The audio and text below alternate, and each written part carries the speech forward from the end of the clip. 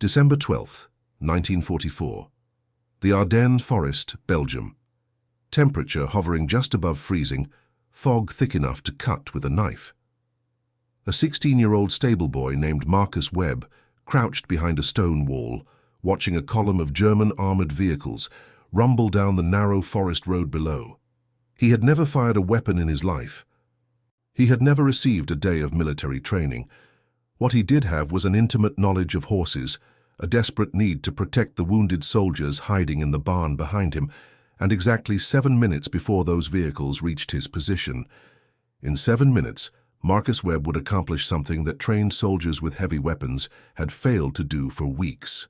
He would stop an entire armored column without firing a single round. Before we dive into this story, make sure to subscribe to the channel and tell me in the comments where you are watching from. It really helps support the channel. This is the story of how a black teenager from rural Virginia, armed with nothing but animal instinct and improvisation, changed the course of a critical resupply operation and saved dozens of lives through a method so unexpected that military analysts would study it for decades to come. Marcus Webb had arrived in Belgium 3 months earlier, not as a soldier, but as part of the Quartermaster Corps, assigned to handle the horses that still played a vital role in moving supplies through terrain too rough for vehicles. Born on a tobacco farm in Lynchburg, Virginia, Marcus had grown up around horses before his family moved to Richmond when he was 12. His father, Samuel Webb, worked at the Richmond rail yards. His mother, Dorothy, took in laundry. When Marcus turned 15, he lied about his age to join the service, desperate to escape poverty and send money home to his younger sisters. The army discovered his real age within weeks, but rather than send him home, they reassigned him to stable duty with the understanding that he would not see combat. Marcus had a gift with horses that his commanding officer, Captain Theodore Mitchell, recognized immediately. Horses that other handlers struggled to control would calm under Marcus's touch. He seemed to understand them in a way that went beyond training or technique. Captain Mitchell, a career officer from Boston, Massachusetts, had served in North Africa and Sicily before being assigned to logistics operations in Belgium. A tall man with graying temples and a permanent limp from a vehicle accident in Tunisia, Mitchell ran his unit with precision but also with surprising compassion for the young men and boys under his command. He took a particular interest in Marcus, often spending evening hours teaching the boy to read military maps and understand tactical situations. The stable unit operated from a converted dairy farm, approximately 8 kilometers behind what everyone assumed was a quiet sector of the front line. The farm belonged to the Duchamps family, who had evacuated south when the fighting intensified. The main barn housed 23 horses used for supply transport. A smaller stone building served as living quarters for the 7-man stable crew. Captain Mitchell maintained a small command post in what had been the farmhouse kitchen.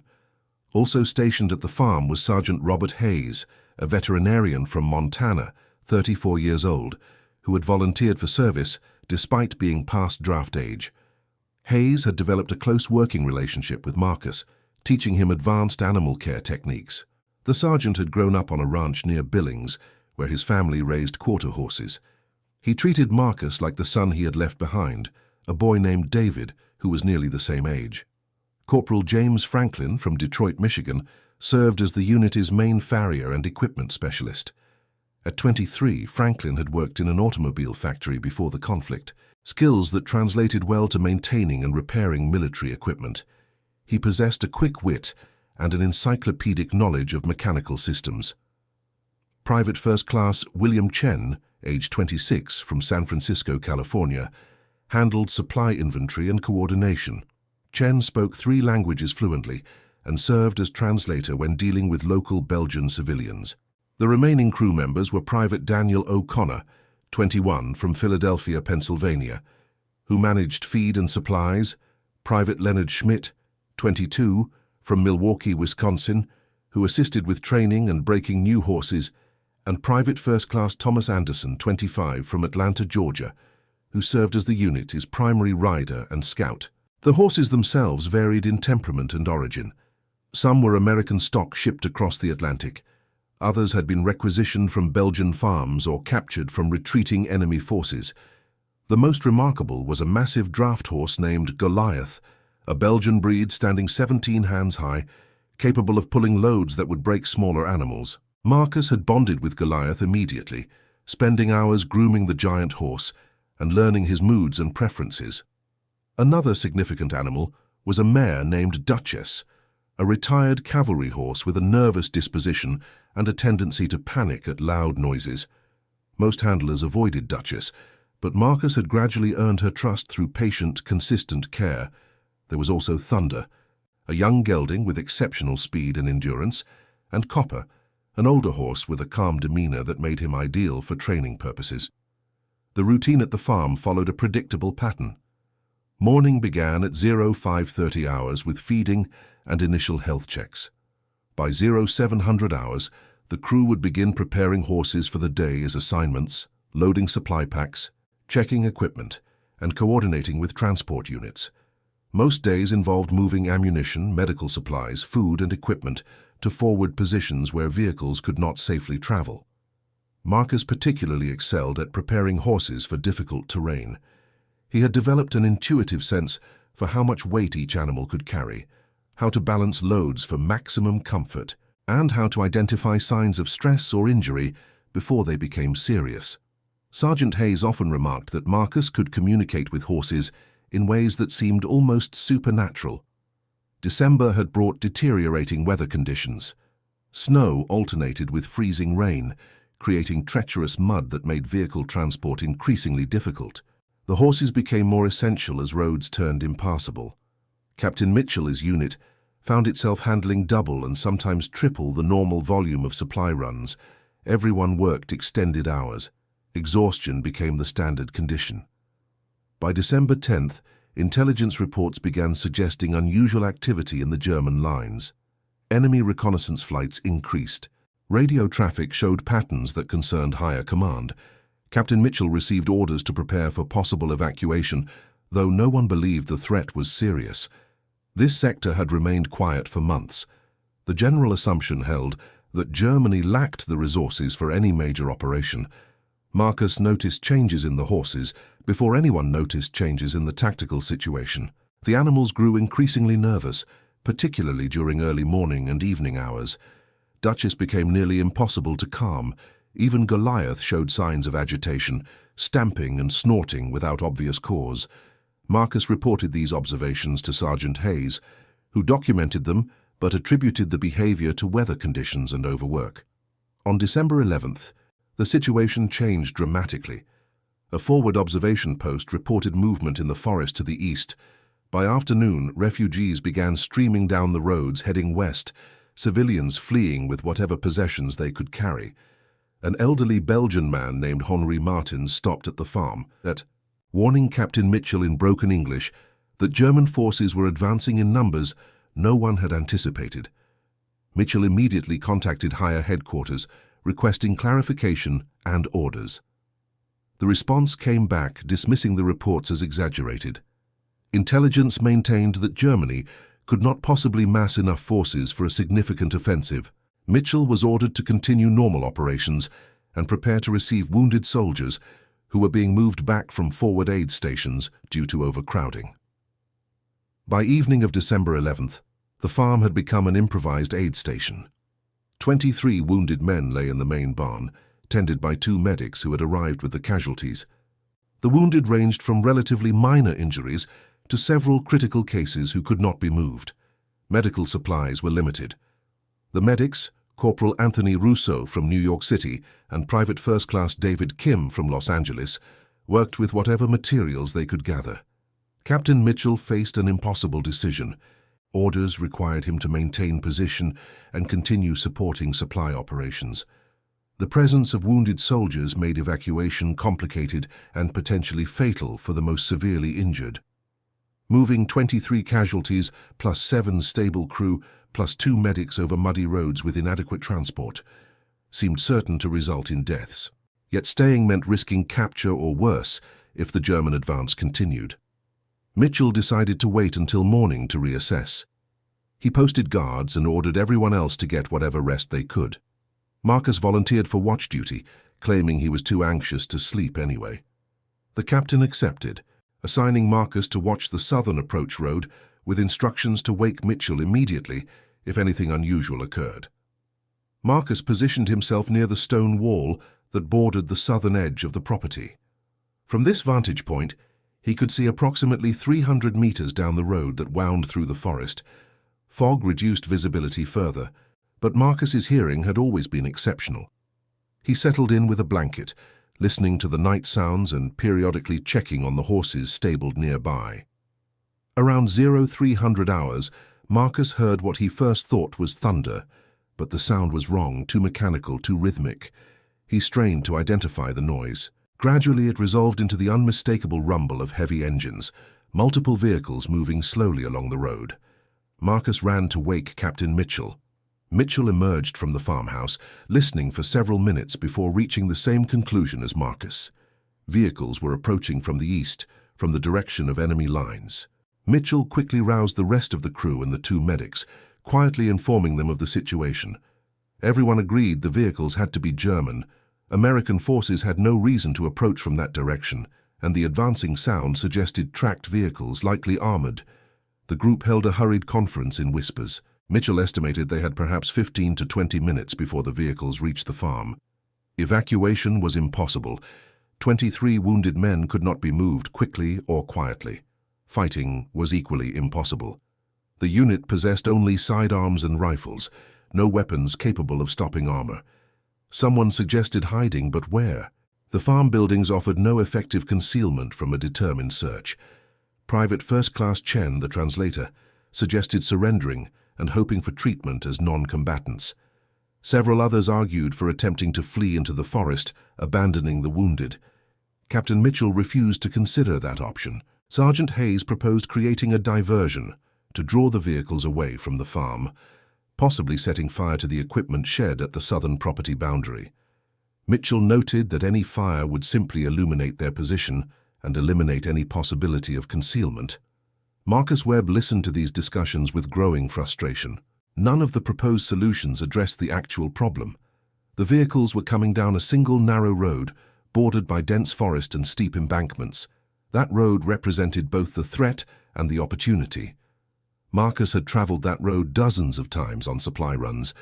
He knew every turn, every gradient, every narrow point. Marcus interrupted the discussion with a suggestion that initially sounded absurd. He proposed using the horses to block the road, not simply as obstacles but as active impediments that would create chaos among the approaching vehicles. Marcus explained that horses, particularly frightened horses, created unpredictable movement that mechanical vehicles could not easily navigate. Furthermore, horses could be recovered afterward, unlike destroyed equipment or burned buildings that would mark the farm as a site of resistance. Captain Mitchell listened politely but skeptically. How exactly would Marcus deploy the horses? How would he prevent them from simply running away into the forest? How would horses stop armored vehicles? Marcus outlined his plan with surprising detail for something conceived in moments of crisis. He would take 5 specific horses, the ones most responsive to his handling, position them at a narrow point in the road approximately 200 meters south of the farm, agitate them into a state of panic, and then manage their movement to create maximum disruption. The plan depended on several assumptions. First, that the approaching vehicles would attempt to navigate around or through the horses rather than simply crushing them. Marcus believed vehicle commanders would hesitate to plow through valuable animals that might be useful for their own supply operations. Second, that panicked horses would behave unpredictably enough to prevent easy passage. Third, that the resulting delay would give the farm's occupants time to evacuate the wounded, or at least conceal them more effectively. Sergeant Hayes immediately grasped the psychological component of Marcus's proposal. Horse-drawn transport remained common in German logistics operations. Enemy soldiers would recognize valuable animals and likely attempt to capture rather than destroy them. The confusion of trying to capture panicked horses on a narrow forest road in fog and darkness might buy enough time. Hayes endorsed the plan. Mitchell remained doubtful, but acknowledged they had few alternatives. The approaching vehicles would reach the farm in minutes. Any action was better than passive waiting. Mitchell gave Marcus permission to try, with the condition that Sergeant Hayes accompany him and that both retreat immediately if the situation became dangerous. Marcus agreed and immediately began selecting horses. Marcus chose Duchess, the nervous mare, knowing her tendency to panic would prove useful. He selected Thunder for speed and agility. Goliath came next for sheer size and presence. Marcus added Copper, the calm training horse, to serve as a steadying influence that would prevent the others from simply bolting into the forest. Finally, he selected a young mare named Sable, recently acquired from a Belgian farm, who had not yet fully bonded with handlers and retained a semi-wild temperament. Marcus and Sergeant Hayes quietly led the 5 horses out of the barn and down the road to the south. Marcus had calculated the optimal position carefully. Approximately 230 meters from the farm, the road narrowed significantly, bordered on the east by a steep embankment rising 4 meters high, and on the west by a drainage ditch approximately 2 meters deep. Trees crowded close on both sides. In this constricted space, vehicles would have minimal room to maneuver. The 2 men positioned themselves with the horses just before this narrow section. Marcus could hear the vehicles clearly now, perhaps 5 minutes away, maybe less. He explained his strategy to Sergeant Hayes in rapid whispers. When the first vehicle came into sight, Marcus would agitate the horses into panic. Hayes would help guide them into the road at the narrow point. Once the horses occupied the road, Marcus would use specific calls and movements to keep them agitated, but prevent them from running away. The horses would circle, rear, and create chaos while remaining generally in the targeted zone. Hayes understood the technique. Marcus planned to exploit the horses' natural herd instinct. As long as Copper remained relatively calm, the others would not fully bolt. As long as Duchess remained panicked, the others would feed off her fear. Marcus would position himself where the horses could see and hear him, using his voice and presence to manipulate their behavior. It was an incredibly risky strategy requiring split-second timing and perfect execution. The first vehicle emerged from the fog like a mechanical monster. Marcus identified it immediately as a tracked supply vehicle, not a heavy combat vehicle, but substantial enough to carry significant cargo. Behind it, Marcus could see at least 3 more vehicles, possibly 5 or 6 total. The column moved slowly, cautiously, appropriate for unfamiliar terrain in poor visibility. Marcus immediately began his work. He moved to Duchess, speaking sharply, striking the ground near her hooves with a stick, creating sudden loud noises. Duchess responded exactly as Marcus anticipated, rearing and crying out in alarm. The other horses responded to her panic. Thunder began circling nervously. Sable broke toward the road. Marcus called out in a specific pattern he had developed for calming horses, but used the tone for agitation instead. The horses responded to the familiar voice, but received conflicting signals that increased their confusion. Sergeant Hayes guided Goliath into the center of the narrow road section. The massive draft horse planted himself across the entire width, snorting and stamping. Thunder circled behind Goliath, creating movement in the shadows. Duchess continued panicking, her cries echoing through the fog. Copper moved to the edge of the road, blocking the ditch on the west side. Sable ran forward toward the approaching vehicles, then spun and ran back, creating exactly the kind of unpredictable movement Marcus intended. The lead vehicle ground to a halt approximately 20 meters from Goliath. Marcus could hear German voices calling out, officers shouting orders. A spotlight mounted on the vehicle clicked on, illuminating the bizarre scene. A massive horse stood blocking the road, surrounded by several other horses in various states of panic, with no obvious handlers visible. Hayes had positioned himself in the shadows on the embankment side. Marcus crouched near a tree on the opposite side, obscured by fog and darkness. Vehicle engines continued running. More voices called out. Marcus heard what sounded like hatches opening. Men were dismounting from the vehicles to assess the situation. Marcus continued his subtle manipulation of the horses, calling out softly when they seemed likely to bolt completely, creating sharp noises when they appeared ready to calm. He maintained the chaos at exactly the level needed to prevent passage while avoiding outright flight. A German officer approached on foot, attempting to calm the horses and clear the road. Marcus recognized the universal body language of someone experienced with animals, moving slowly, speaking quietly. The officer reached for Goliath's bridle. At that moment, Marcus deliberately startled Duchess, who reared dramatically, forcing the officer to leap backward. Thunder chose that instant to charge forward past Goliath, scattering the small group of dismounted soldiers. The officer shouted orders. More men dismounted from the vehicles. Marcus counted at least 8 soldiers now on the road, trying to control 5 panicked horses in a space barely wide enough for a single vehicle. The scene descended into farce. Every attempt to catch one horse scattered 2 others. Goliath refused to move. Duchess refused to calm. Thunder and Sable created continuous movement that prevented any organized effort. Marcus glanced back toward the farm. He estimated 8 to 10 minutes had passed since the first vehicle stopped.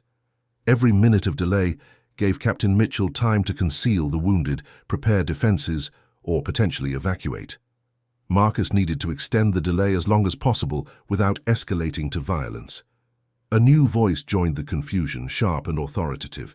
Marcus heard the word Oberleutnant and recognized it as a rank, a first lieutenant. The new officer assessed the situation quickly and made a decision that Marcus had anticipated. Rather than continue struggling with the horses, the officer ordered his men to drive the animals off the road by any means necessary. Soldiers began shouting, waving arms, firing weapons into the air. Marcus immediately shifted tactics. At the sound of weapons fire, he called to the horses using the emergency recall pattern that Sergeant Hayes had helped him develop during training. The horses recognized the pattern even in their agitated state. Copper responded first, moving toward Marcus's position. The others followed Copper's lead, conditioned by months of training to follow the calm horse. Within seconds, all 5 horses had left the road and gathered around Marcus in the shadows. The German officer called out something in German. Chen's translation lessons helped Marcus understand a few words. The officer was ordering his men back to the vehicles. The road was clear. Resume movement. Marcus heard engines revving. The column began moving again. Sergeant Hayes appeared beside Marcus, breathing hard, eyes wide with a mixture of terror and exhilaration. Hayes whispered urgently. They had bought perhaps 10 or 12 minutes total. The column would reach the farm in less than 5 minutes. Had it been enough? Marcus shook his head. Not yet. He had one more trick to attempt, but this one carried substantially more risk. Marcus explained rapidly. The road ahead featured another narrow point, this one even tighter, where a small stone bridge crossed a stream. On the farm side of that bridge, the road made a sharp turn to the west. If Marcus could position the horses at that specific point, the combination of the bridge, the turn, and the horses might create a traffic jam that would take significantly longer to clear. Hayes argued against it. The German soldiers were now alert to the presence of horses on the road. They would be less patient with a second obstruction. Furthermore, Marcus would need to cross in front of the moving column to reach the bridge position ahead of the vehicles. The risk was enormous. Marcus countered that the risk was acceptable if it saved 23 wounded men. Hayes had no argument against that logic. The 2 men moved quickly through the forest parallel to the road, leading the horses through dense undergrowth in darkness and fog. The horses followed reluctantly, exhausted and confused by the night's activities. Marcus maintained a constant quiet monologue, calming them while simultaneously urging speed. They reached the bridge position with perhaps 2 minutes to spare. This location offered even less room for maneuvering than the first position. The stone bridge was barely wide enough for a single vehicle. The stream beneath ran approximately 1 meter deep, flowing swiftly with recent rain. The embankments on both sides rose steeply. The sharp turn after the bridge meant vehicles would need to slow to navigate safely. Marcus positioned the horses with precision. Goliath went directly onto the bridge itself, angled diagonally to maximize his blocking presence. Thunder and Copper positioned on the approach to the bridge. Duchess and Sable placed themselves at the exit side beyond the turn. The configuration meant that clearing the obstruction required handling horses at 3 separate points, with limited ability to see or coordinate between positions due to the turn. The lead vehicle appeared around the bend. The same officer who had handled the first situation dismounted immediately upon seeing the horses again. His expression, visible now in the vehicle's lights, showed frustration and suspicion. He called out in German, then attempted English with a heavy accent. He demanded to know who was handling the horses and why they persistently blocked the road. Marcus remained hidden, not responding. The officer conferred with another soldier. Examining the area with a flashlight, he made a decision. Leave 2 men to manage the horses. The rest of the column would proceed cross-country, abandoning the road and cutting through the forest around the obstruction. Marcus's heart sank. He had not anticipated that response. Cross-country movement would bring the vehicles directly past the farm buildings with no road to follow, no predictable path, maximum exposure for anyone in or around the structures. Sergeant Robert Hayes recognized the disaster unfolding. He made an instant decision that likely saved multiple lives. Hayes emerged from concealment, hands raised, calling out in English. He identified himself as American Army Quartermaster Corps, explained that the horses had escaped from a nearby farm, and offered to help the German soldiers recapture and secure the animals in exchange for safe passage for American wounded. The German officer regarded Hayes with understandable suspicion. The timing was too convenient.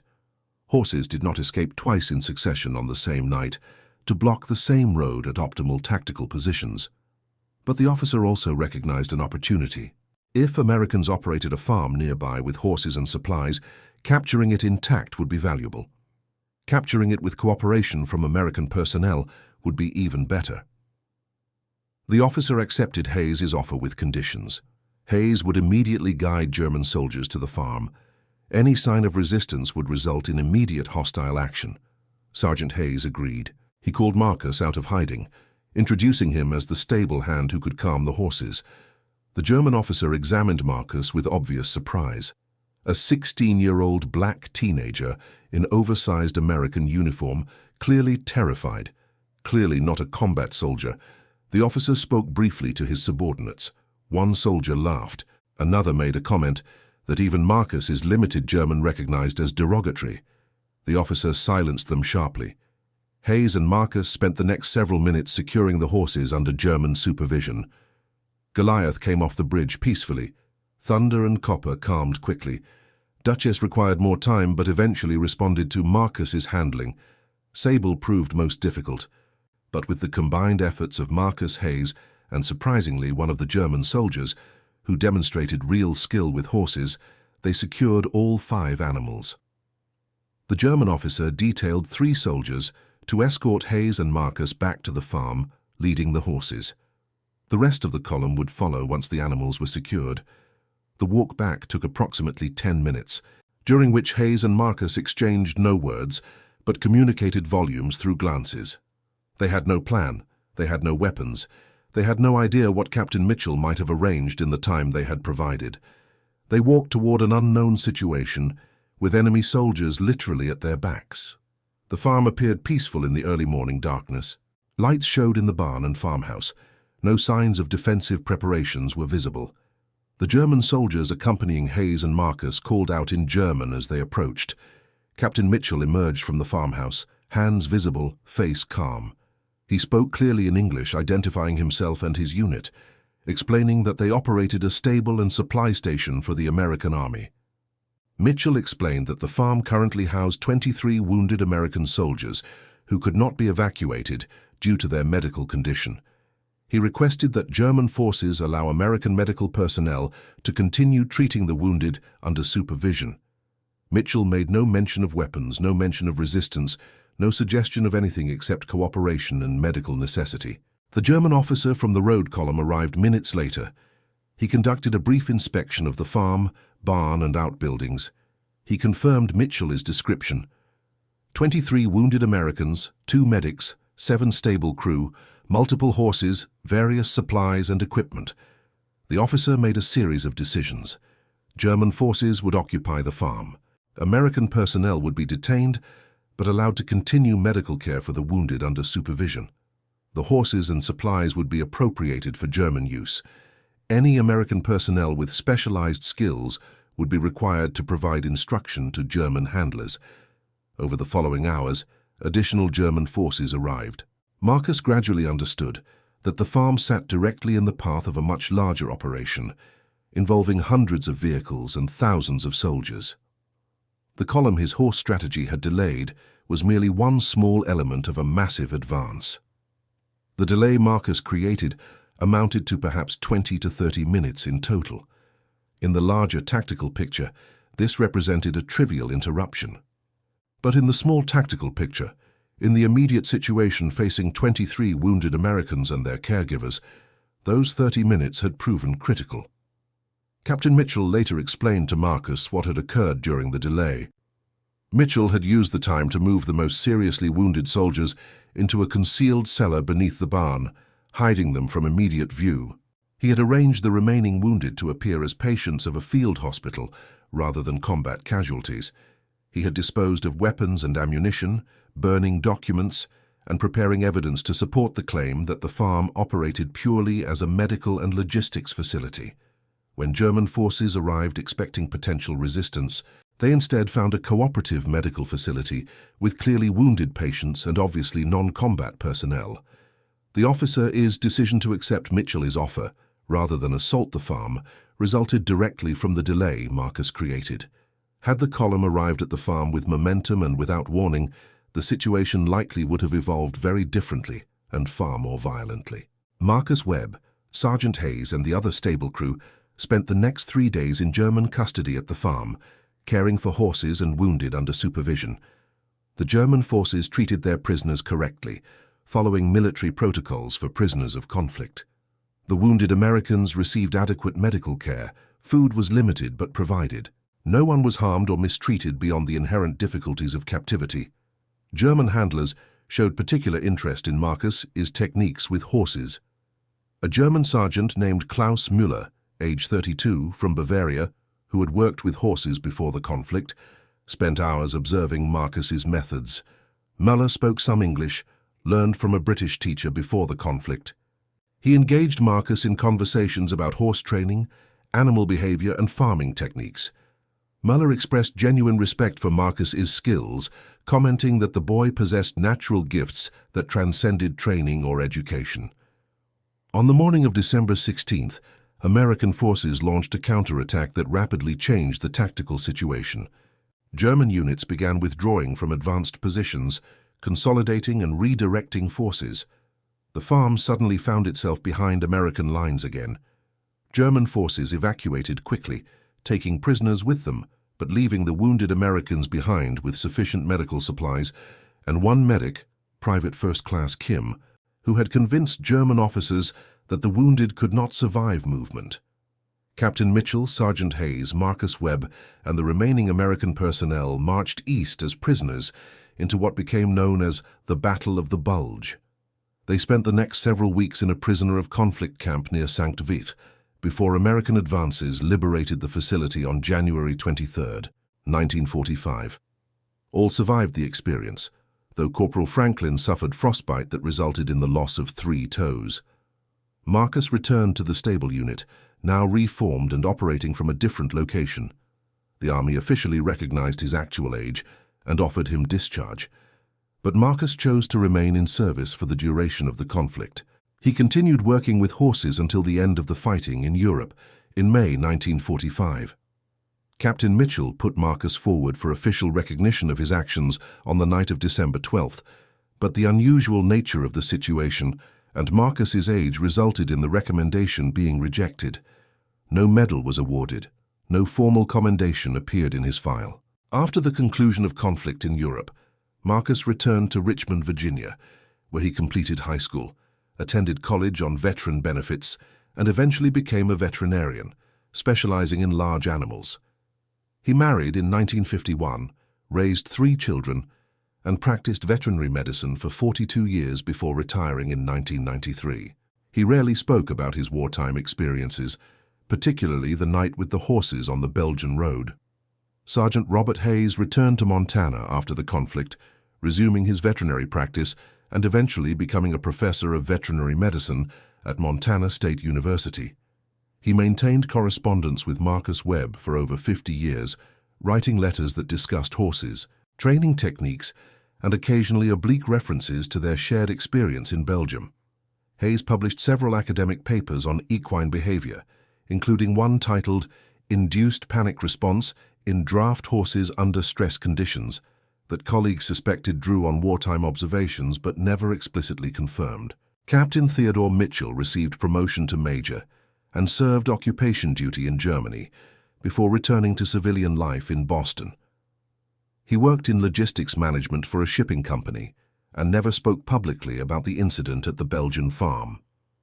In his personal papers, discovered after his passing in 1987, researchers found a detailed written account of the night of December 12, 1944, including extensive praise for Marcus Webb, his resourcefulness and courage. The 23 wounded soldiers who remained at the farm all survived their injuries and eventually returned to the United States. Several made efforts to locate and thank the stable crew, particularly Marcus Webb, who they credited with saving their lives through his delaying tactics. One veteran, Lieutenant Charles Morrison from Ohio, who had been among the seriously wounded hidden in the cellar, successfully located Marcus in 1973 and traveled to Virginia to meet him personally. Morrison told Marcus that he had spent nearly 30 years wanting to shake the hand of the teenager who had given him an opportunity to survive. The German forces involved in the operation never filed reports specifically mentioning the horse incident. In the chaos of the larger offensive operation, a minor delay caused by livestock on a back road failed to register as significant enough for documentation. Sergeant Klaus Müller survived the conflict and returned to Bavaria, where he resumed farming. In a memoir written in the 1980s but never published, Müller briefly mentioned encountering a remarkably skilled young American horse handler during the advance through Belgium, noting that talent and courage existed independent of nationality or ideology. The historical significance of Marcus Webb is actions emerged gradually over decades as researchers pieced together accounts from multiple sources. The incident demonstrated several principles that military analysts found instructive. First, the psychological dimension of conflict often transcended firepower or technology. A teenager with no weapons created effective delay through understanding of animal behavior and human psychology. Second, specialized knowledge could prove tactically valuable in unexpected contexts. Marcus's lifetime of experience with horses equipped him to solve a problem that military training never addressed. Third, small tactical actions could generate strategic consequences through accumulated effects. The 30 minutes Marcus gained through 2 separate horse deployment actions allowed Captain Mitchell to transform a potential combat situation into a medical situation, fundamentally changing how German forces approached and secured the farm. This transformation likely prevented casualties among wounded Americans who could not defend themselves and among stable crew who lacked weapons or training for combat.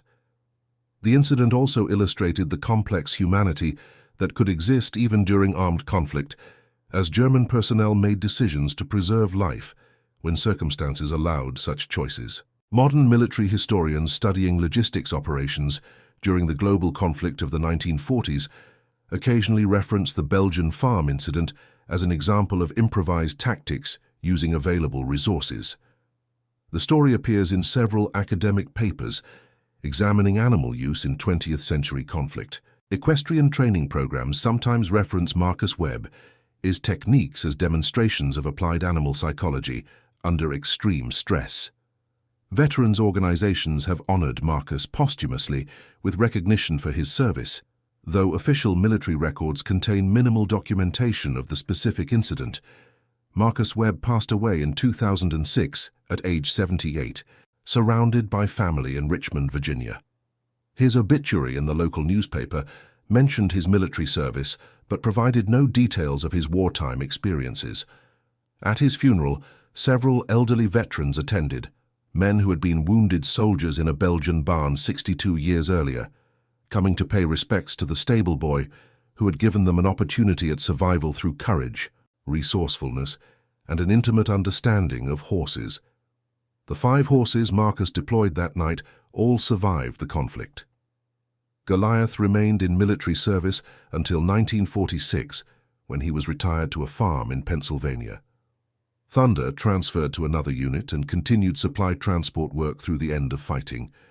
Copper died of illness in March 1945. Duchess, the nervous mare whose panic Marcus exploited so effectively, calmed considerably after the incident and served reliably for the remainder of her military career. Sable returned to civilian ownership after the conflict, purchased by a Belgian farmer who had lost most of his livestock during the fighting. The farm in Belgium where the incident occurred remained in the Duchamp family ownership. The family returned after liberation and resumed dairy operations. In the 1990s, the farm transitioned to agri-tourism, offering accommodations to visitors exploring historical sites from the global conflict. A small memorial plaque placed near the barn in 2008 commemorates the American stable unit that operated from the location and the wounded soldiers who received care there, though it makes no specific mention of Marcus Webb or the night of December 12th. The stone bridge where Marcus made his final stand remains intact, still carrying rural traffic on the same road. The stream beneath continues its flow. Trees have grown larger and denser around the location, but the basic geography remains recognizable from wartime descriptions. Nothing marks the site as significant. No historical marker explains what occurred there. The bridge serves its function quietly, connecting one section of road to another, as it did on the night a 16-year-old boy used 5 panicked horses to delay an army. Research into the incident continues to reveal small details and personal accounts.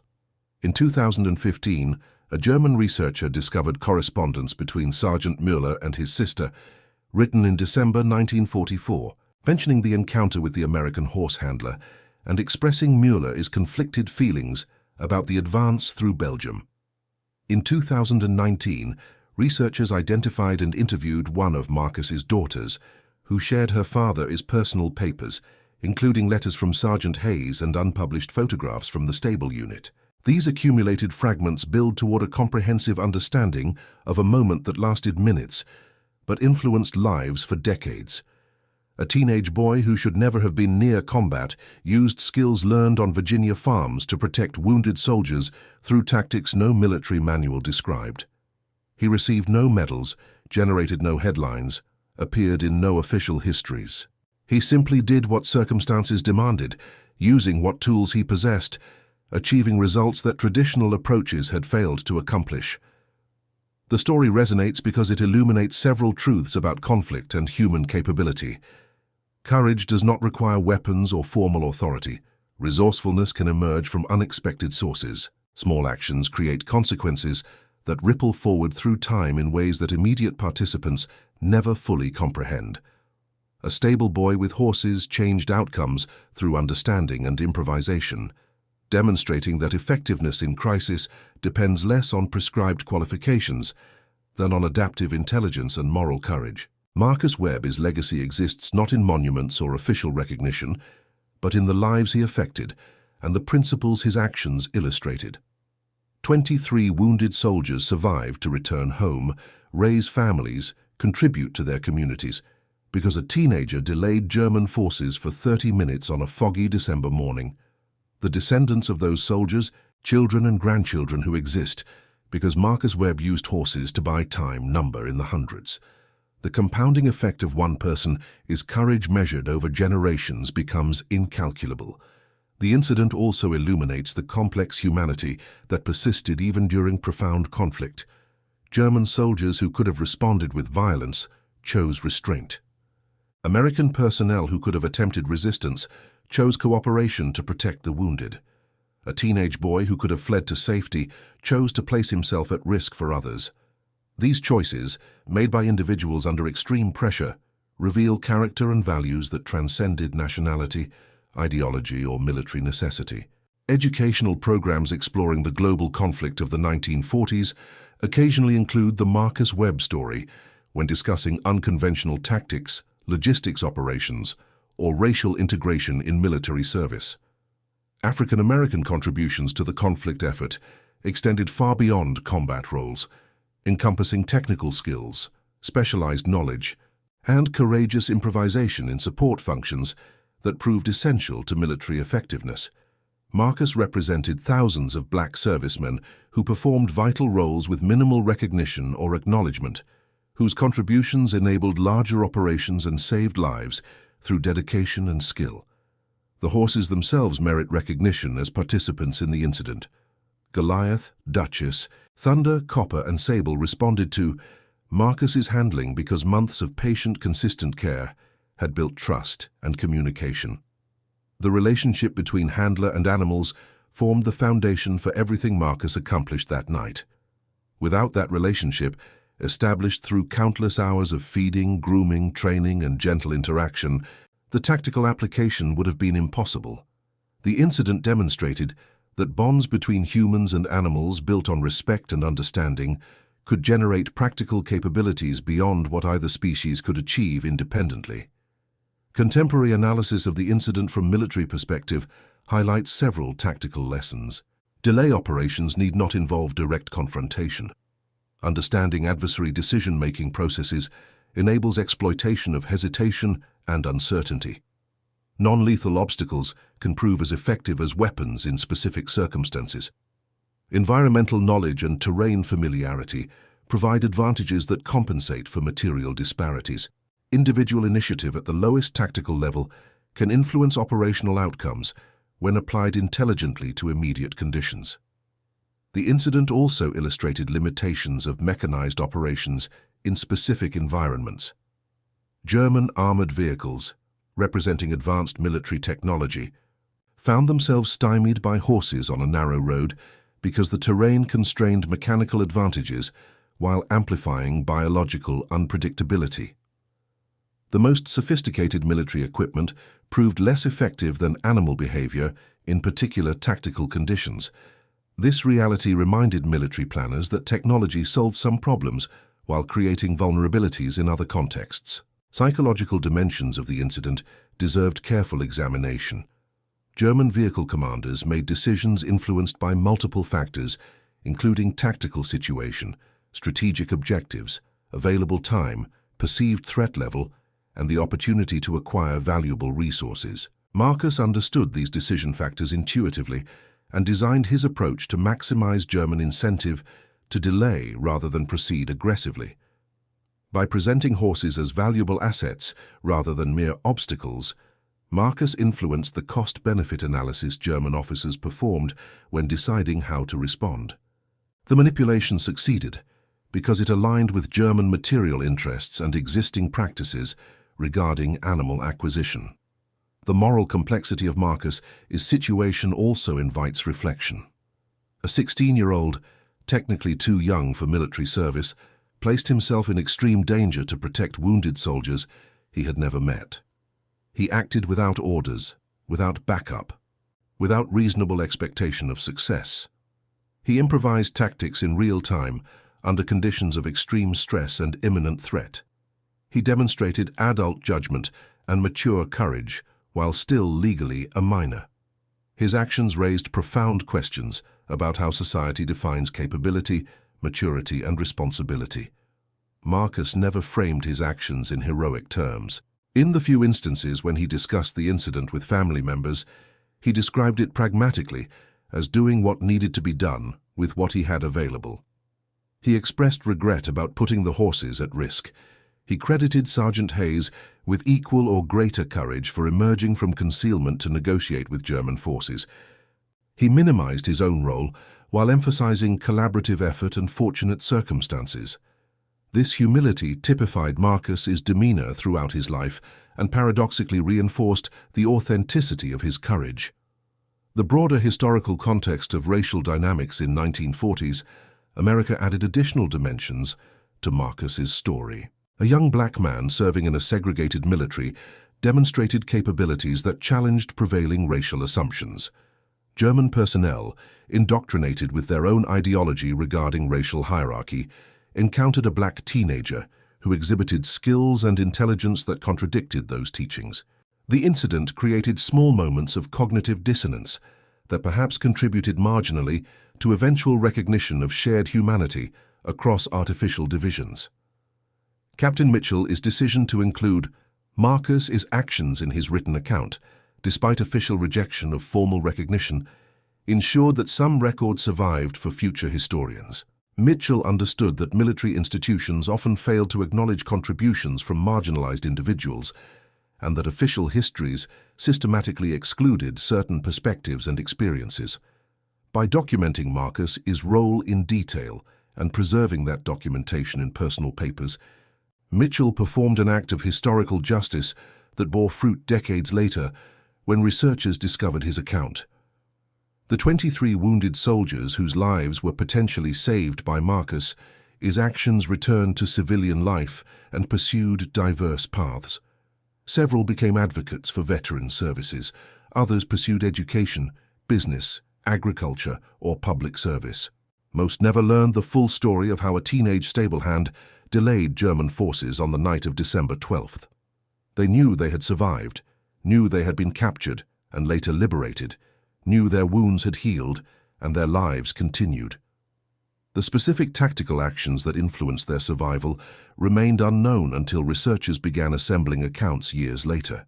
Sergeant Hayes' academic work on equine behavior drew extensively on observations from military service, though he never explicitly confirmed this connection. His research contributed to improved training methods for working horses and better understanding of animal psychology under stress conditions. Students who studied with Hayes recalled his emphasis on patience, observation, and respect for animal intelligence. Some suspected their professor possessed practical experience that informed his teaching, but Hayes maintained professional discretion about military service throughout his academic career. The German perspective on the incident remained largely undocumented until researchers discovered Müller's memoir manuscript.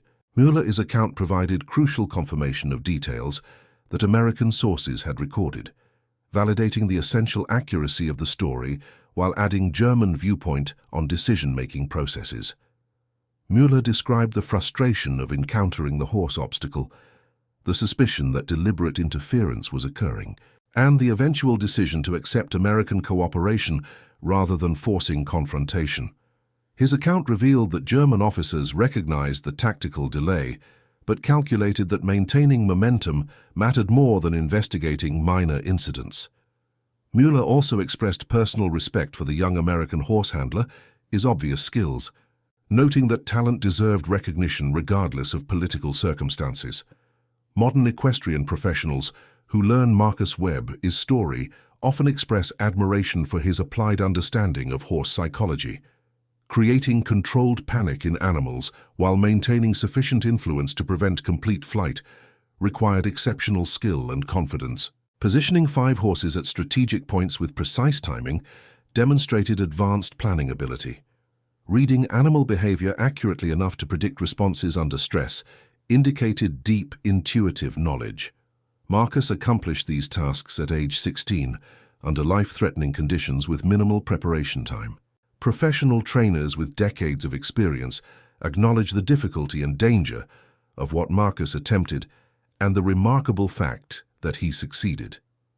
The incident illustrated another important principle regarding courage and capability.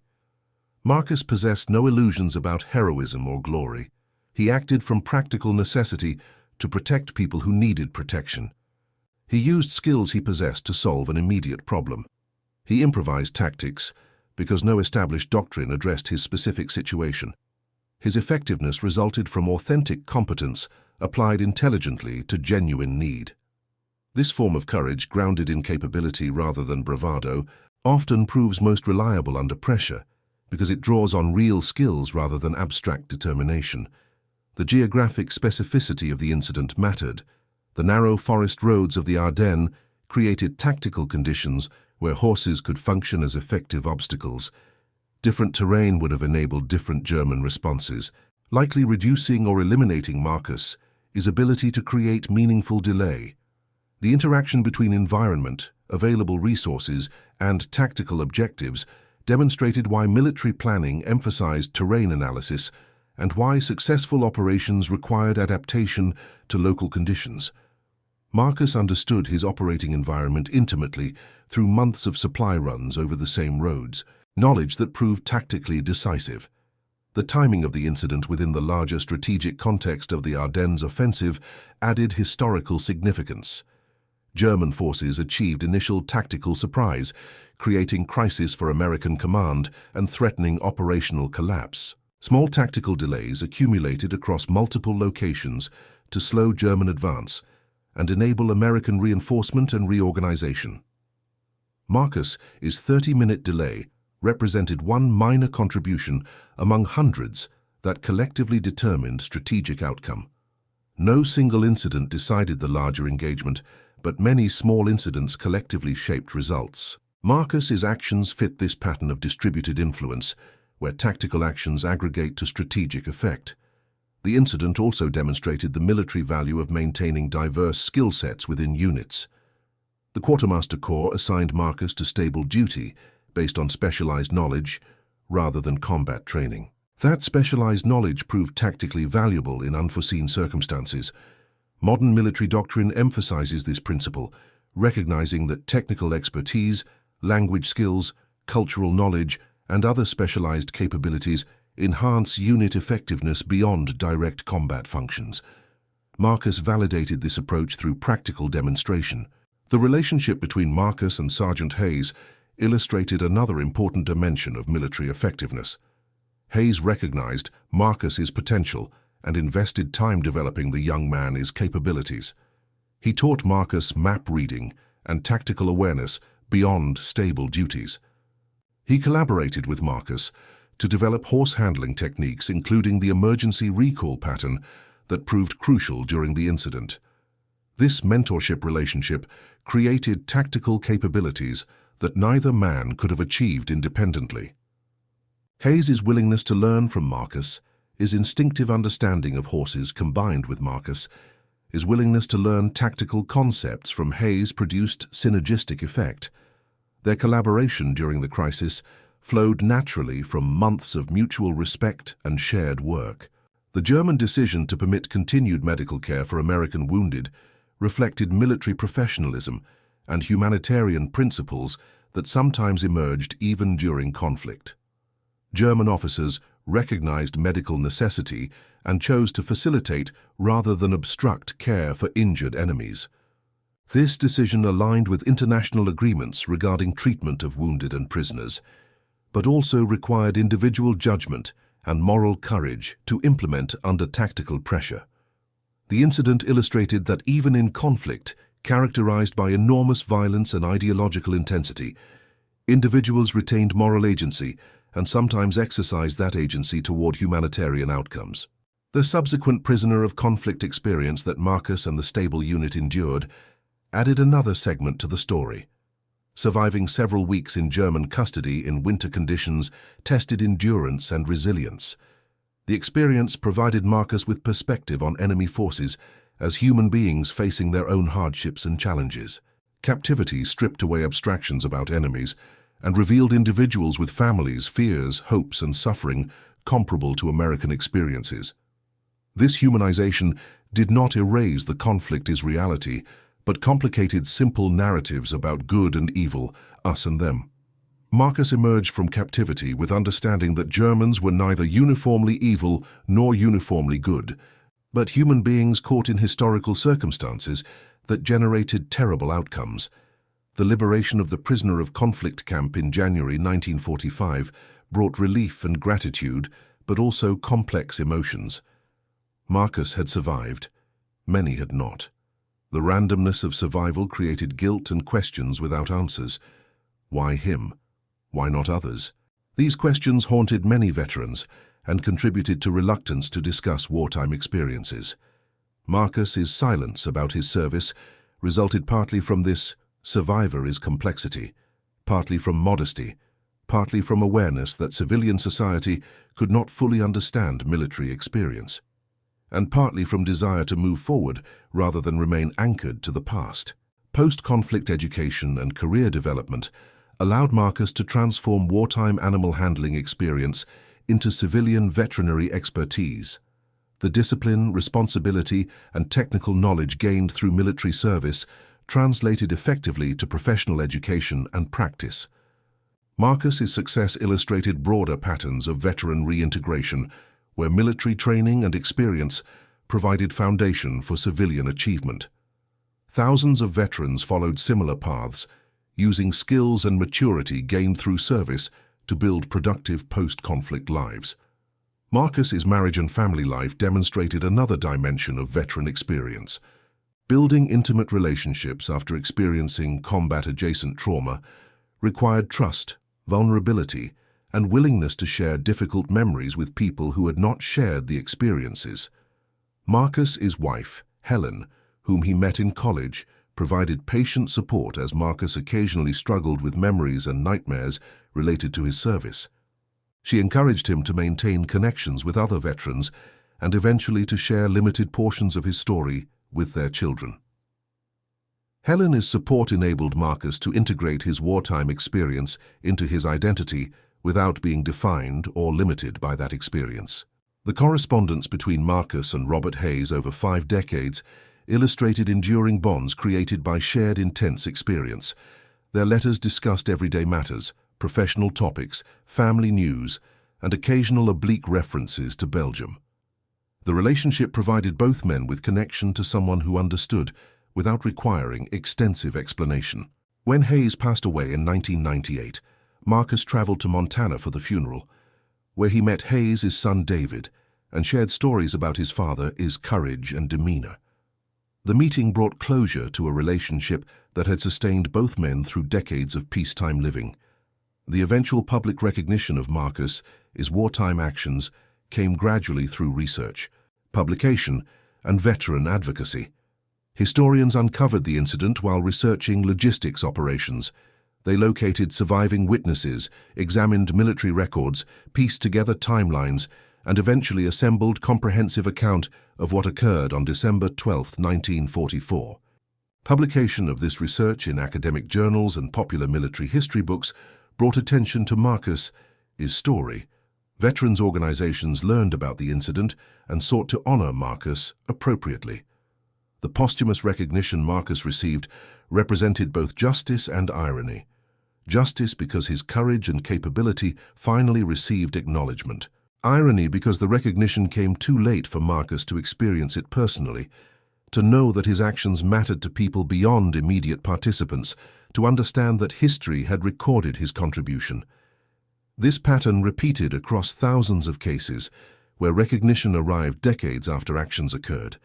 Acknowledgement delayed by institutional blindness, social prejudice, or simple chaos of wartime record-keeping. Marcus' children learned the full story of their father's wartime service only after his passing, when researchers contacted them seeking information and sharing what they had discovered. The revelation surprised the children, who had known their father served but understood few specifics. They gained new appreciation for their father's demeanor and capabilities. They experienced pride mixed with sadness that he had not shared these stories more fully during his life.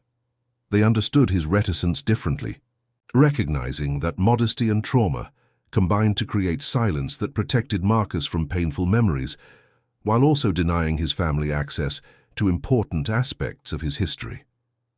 The educational value of Marcus Webb's story extends beyond historical documentation. The incident provides teaching opportunities regarding resourcefulness, courage, improvisation, specialized knowledge, racial contribution to military effort, animal psychology, tactical thinking, and moral decision-making under pressure. Schools, military academies, and training programs use the story to illustrate principles that transcend specific historical context. Marcus becomes a case study in effective leadership, not through formal authority, but through competence and initiative. His story demonstrates that capability exists independent of rank, age, race, or official position. The incident also provides cautionary lessons about recognition systems and historical documentation.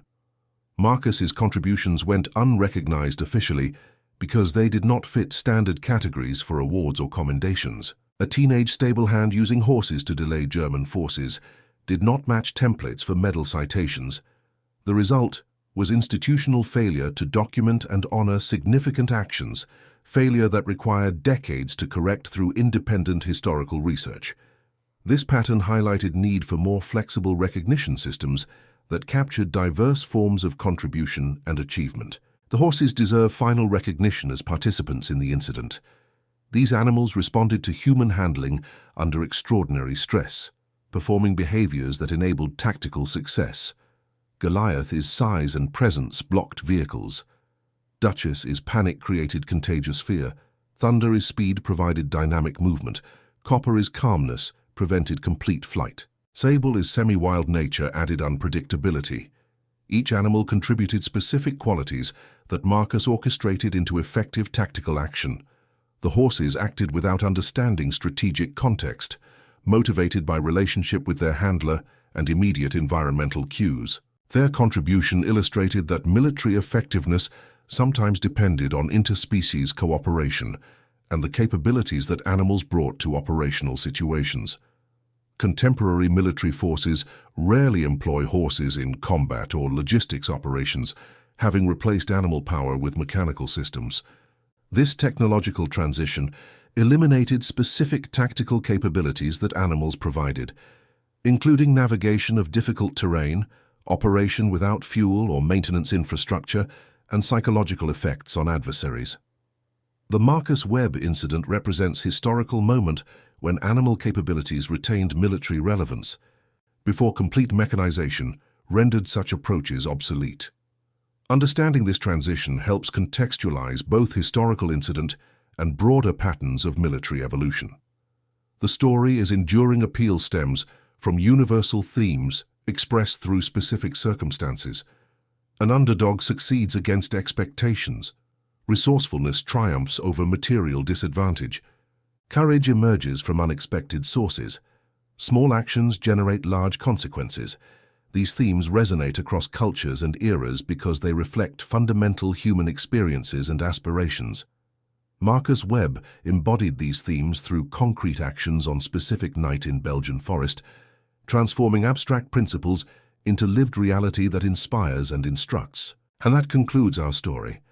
If you made it this far, please share your thoughts in the comments. What part of this historical account surprised you most?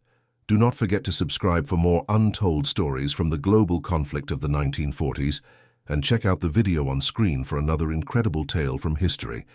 Until next time.